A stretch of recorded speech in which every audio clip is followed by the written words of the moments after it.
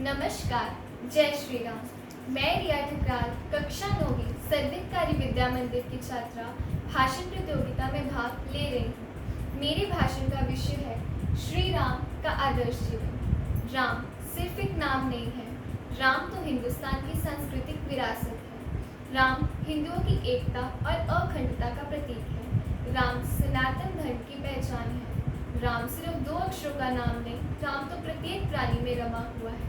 राम चेतना और सजीवता का प्रमाण है। हिंदू धर्म में भगवान विष्णु के दशावतार का उल्लेख किया गया है, जिनमें से भगवान राम विष्णु के 7वें अवतार माने जाते हैं। भगवान राम का जीवन काल एवं पराक्रम महर्षि वाल्मीकि द्वारा रचित महाकाव्य रामायण में लिखा गया है।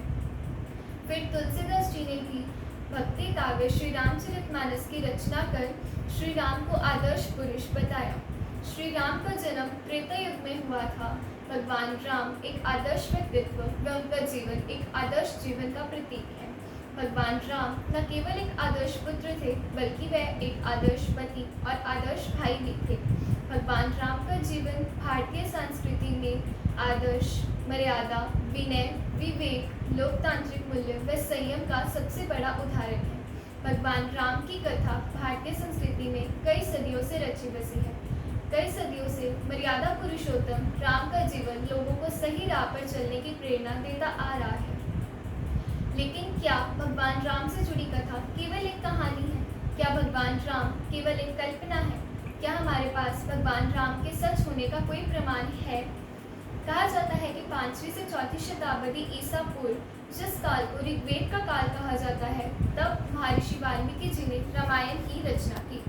अब तक इस बात पर इतिहासकारों की राय बटी हुई थी, परंतु अब इस बात पर इतिहासकारों की राय पूर्ण रूप से आ चुकी है और इसे वैज्ञानिक तौर से सिद्ध किया जा सकता है। भारत में स्थित एक संस्था institute of scientific research on Veda यानी ISRV ने वैज्ञानिक शोध के बाद एक चौंकाने वाला दावा किया है। ISRV ने आधुनिक विज्ञान के तौर पर 9 विधाओं अंतरिक्ष विज्ञान, जेनेटिक्स, जियोलॉजी, आर्कियोलॉजी और स्पेस इमेजरी के आधार पर एक चौंकाने वाला दावा किया है। भारत में पिछले 10,000 सालों से एक सभ्यता लगातार विकसित हो रही है।